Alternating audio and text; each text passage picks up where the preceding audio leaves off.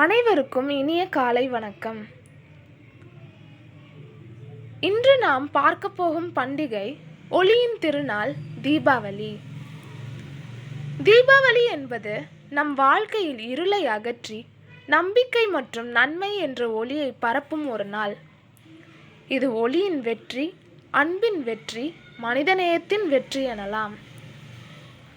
புராண கதைகளின்படி இந்த நாளில் ராமபிரான் சீதாதேவியுடன் லங்கையில் இருந்து அயோத்திக்கு திரும்பினார்.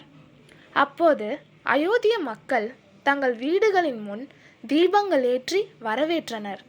அதுவே இன்றும் நாம் தீபம் ஏற்றி கொண்டாடும் பழக்கமாக உள்ளது.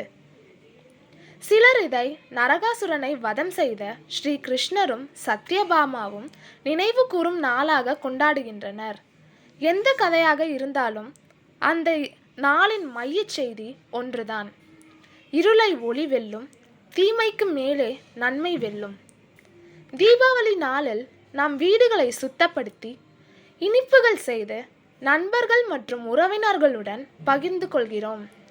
இது ஒரு வழக்கம் மட்டுமல்ல, நம் அன்பையும் ஒற்றுமையையும் வெளிப்படுத்தும் அழகான வழி. இன்றைய வேகமான வாழ்க்கையில் நிமிட நேரம் ஒதுக்கி நம் மனதில் உள்ள இருளை ஒளியாக மாற்றுவது மிகவும் முக்கியம். அன்பு, கருணை, மன்னிப்பு, இதுவே உண்மையான தீபங்கள்.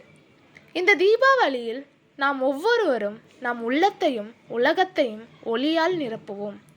மனதில் அமைதி, வீட்டில் மகிழ்ச்சி, சமூகத்தில் ஒற்றுமை நிலைக்கட்டும். அனைவருக்கும் மனமார்ந்த தீபாவளி நல்வாழ்த்துக்கள்.